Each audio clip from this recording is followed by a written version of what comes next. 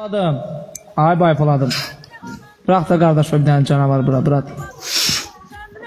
Səhifəm təzə blokdan çıxıb bura. Bırak da bir tane. Ben kardeş bir tane F-16 bırak da.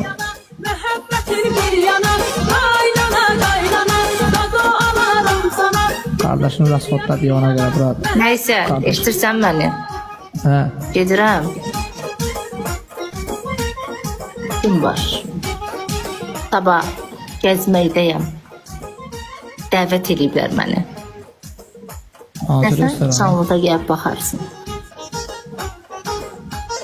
Hardadır ki?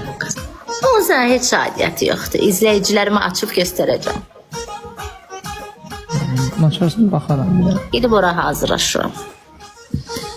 Biraz hazırlaş. Narahat olma. Uşaqlar, sizi öpürəm. Vazduş.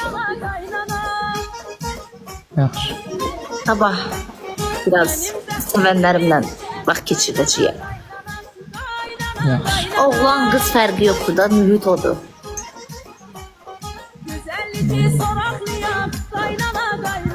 Yaxşı, böyle olsun. Tamam.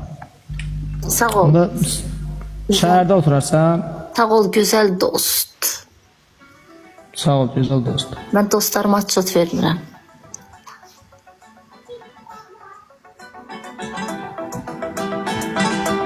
Təqib. Beni yatmış hayat kederin kollarına yarım gelir diye bakıram.